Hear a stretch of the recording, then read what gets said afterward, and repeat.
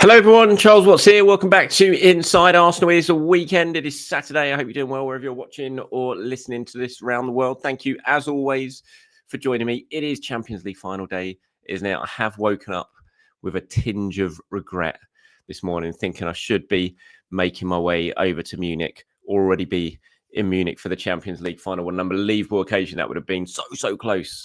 But we didn't make it, so we're going to have to sit back and watch Inter Milan versus PSG. I really don't know who I want to win that game. I kind of want PSG to win it just so we've been knocked out by the winners, because it always just sounds a little bit better when you lose to the winners. But then I really don't like PSG that much. So I think I actually probably want Inter Milan to win, to be fair. Going to be an interesting game anyway, isn't it? You've got the sort of young versus more experienced. I think it's got the ingredients to be an interesting game. I don't think it's like the sexiest game you could possibly have in a Champions League final, but I do think it's got the ingredients to be an interesting one. So we will watch that a little bit later on. I'm sure we'll discuss that in tomorrow's show. But there's plenty of Arsenal stuff still to discuss today. We're going to talk about Thomas Partey. I'll share my latest information on him as contract talks go on with him about seeing if he's going to stay or not this summer. We'll talk about Benjamin Sesko, of course, because let's face it, we've got to talk about Benjamin Sesko or Victor Gyökeres at some point during the day, because that seems like the only thing people are talking about at the moment. Got lots of responses from you guys as well that I'm going to share. We'll talk about Leroy Sane and his contract negotiations, which, surprise, sound like they're going pretty well all of a sudden at Bayern Munich, and he might well be staying there. Shocked. Honestly, I am shocked that seems to be the outcome of all of this. So we'll talk about that and plenty of other bits and pieces as well. But we'll start with Thomas Partey, who, as we know, is out of contract in about a month's time and would be available as a free agent. Lots of people have been asking me what's going on with Thomas Partey. What do you know about this situation at the moment? So my latest on this, and I know there's been reports that he's agreed a deal and all that sort of stuff. My understanding on that is not the case. It's just absolutely not the case. He has, in recent days, been officially offered a contract. A contract offer has been made to Thomas Partey's people by Arsenal. That has not been agreed yet, but talks are continuing to reach an agreement. Both parties want Thomas Partey to stay. Thomas wants to stay in London, wants to stay at Arsenal. Arsenal, with the fact that they've offered this contract now, actually submitted an offer, shows that they want him to stay as well. But nothing has been agreed. Now, this has been quite complicated, these talks, because both sides are coming at it from very different ways. You've got the players' side, probably last big contract, wants good money. He's already on very good money, wants to at least sort of maintain that level of pay on his last big contract. But then on the other side, you've got a club who are looking at an aging player who's had a dotted history record, and so we want to reduce that wage. So there's always, there's complicated talks going on about the length of time that he could potentially stay as well. So we haven't got to an agreement yet, but from my understanding is the likelihood still is, the more likely scenario is anyway, out of these contract talks, that an agreement will be reached and he will stay.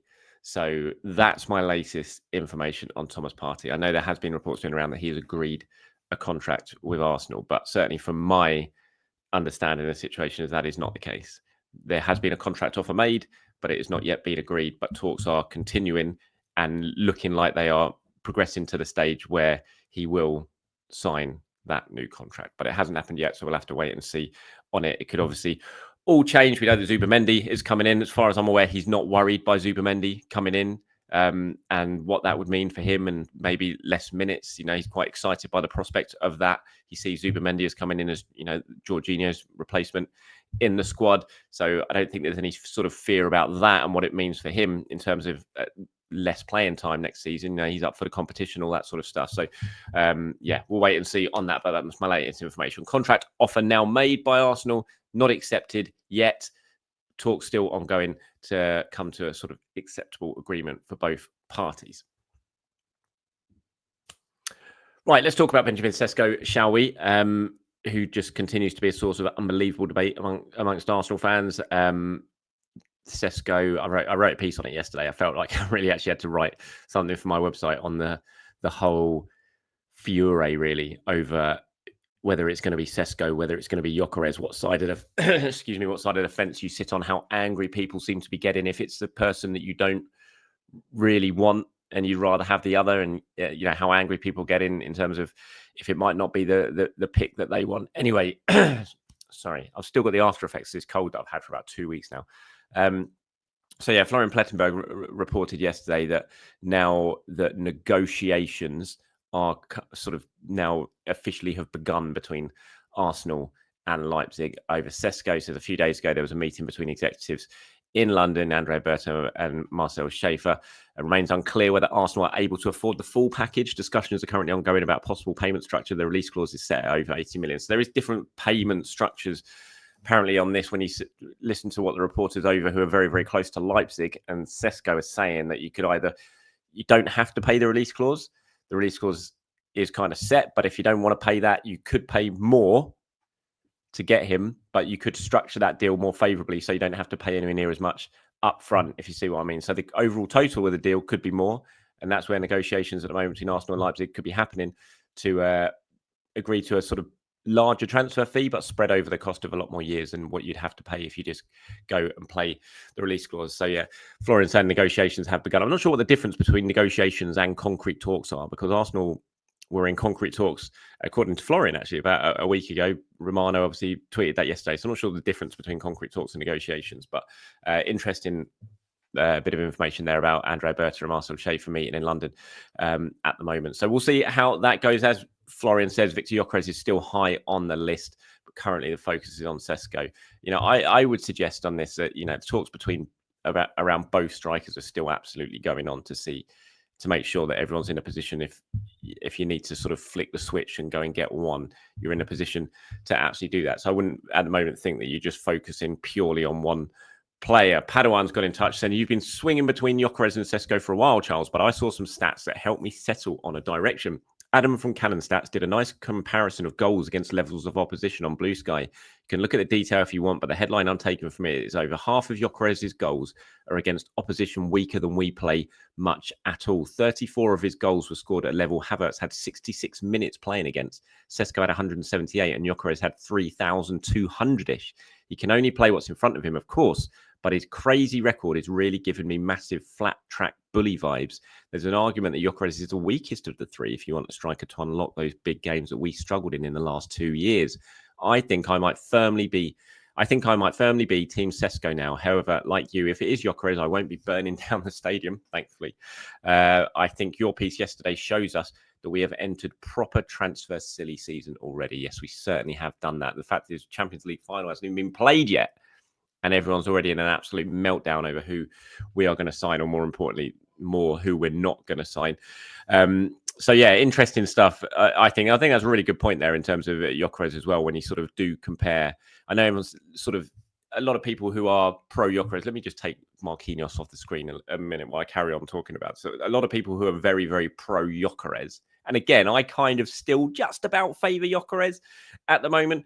But a lot of people who are very pro Gyökeres, and I probably fall into this category, is I'm kind of just clouded by the numbers. It's very hard to ignore those unbelievable goal numbers.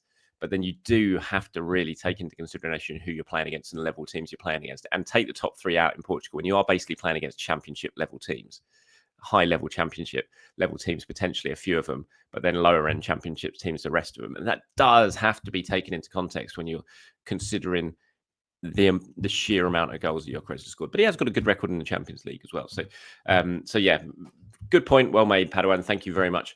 And that's Padawan's been sent that message in on the Inside Arsenal Discord chat, which is for Patreon members only. And if you want to sign up to become a Patreon member, you can do. The link is in the description below. Really good community already building on the Discord. Lots of fun chat going on there, which we're all heavily involved in, which is really, really fun. So yeah, thank you for your message there, Padawan.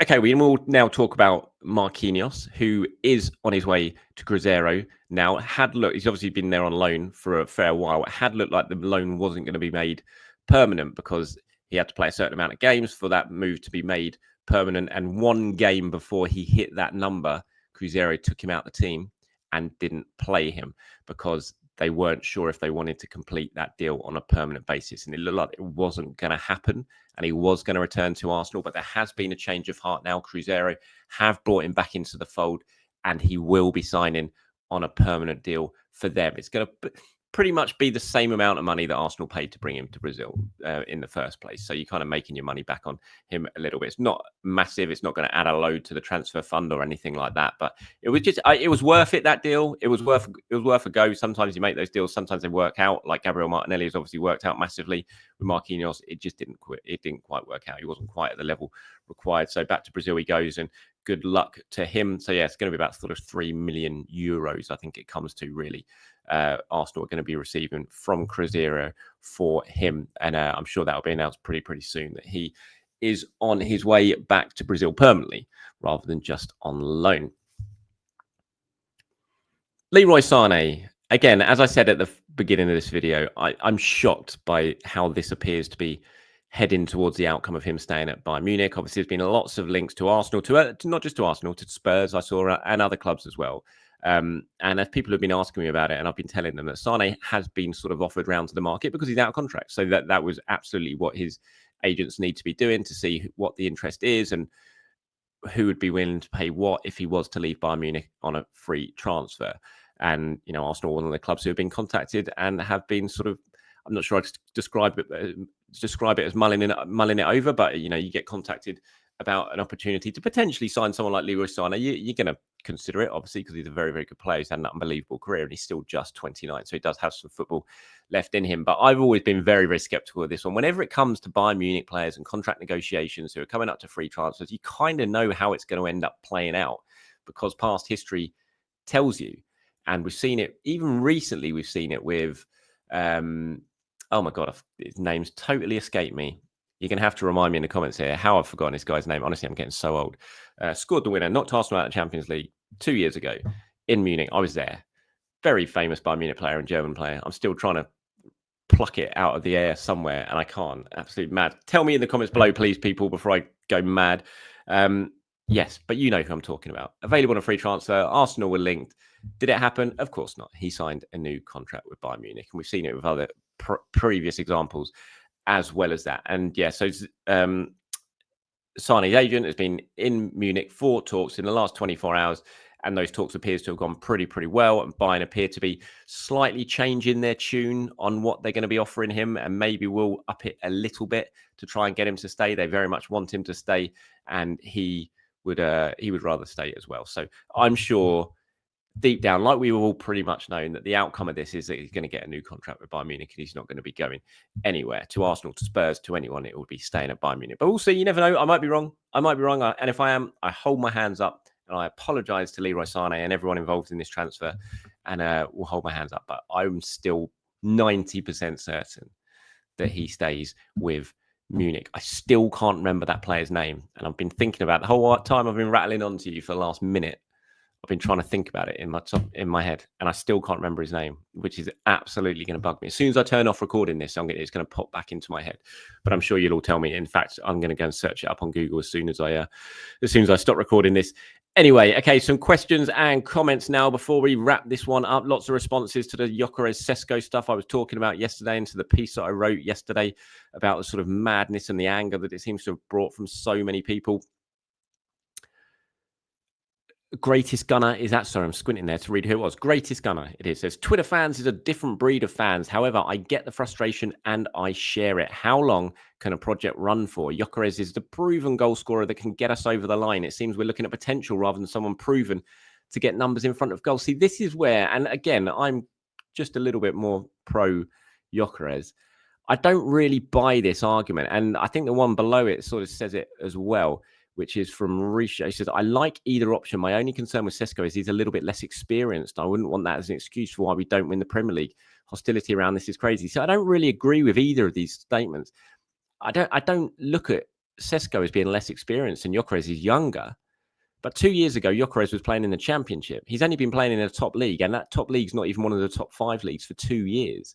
You know, before that, he was playing in the Championship with Coventry, with Swansea, didn't make it at Brighton. He's not an experienced player. It's like the last 2 years, he suddenly exploded, but he's not that experienced. Last 2 years while he's been playing in Portugal, Sesko has been playing at the top level for RB Leipzig in Germany, in the Bundesliga, and has scored 20 plus goals in both of those seasons in all comps for club and country. And he's an experienced international now as well. So he might be younger, but I don't really see that he's inexperienced compared to Gyökeres. I think he's been playing at the highest level for the same amount of time as Gyökeres has, pretty much. Before he went to Leipzig, he had a couple of years, obviously, in the Red Bull system at Salzburg as well, which, the Austrian league, not that much worse than the Portuguese league. And that was a time when Gyökeres was playing in the Championship. And Sesko is having a couple of years, again, scoring goals at a decent rate in Austria. So I don't really buy that he's less experienced than Gyökeres. And I'm not sure Gyökeres is even more proven, really. He's scored more goals in the last couple of years, but I don't think that makes him a more proven goal scorer, because when you kind of look at it, they've both been scoring a decent amount of goals over the same period of time, if you see what I mean. So I just think he's older rather than more experienced. Red Square says, Charles, if Arteta and Berta go for Sesko and then they better win a big trophy. Just imagine Gyökeres goes to Chelsea and scores 20 plus goals and they win the league or the Champions League. I've always been an Arteta guy, but I don't think he recovers from that.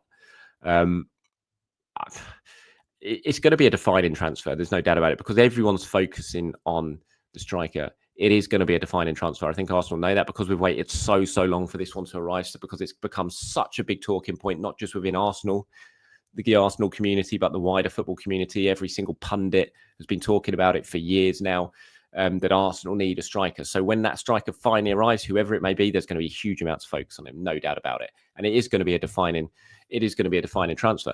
The thing I kind of feel with Arteta now, and this kind of goes back to what Henry was talking about the other day, when he was kind of having a go at Arteta and what's going on at Arsenal, when he was talking about the cups and not being in finals, which I didn't really agree with, to be honest.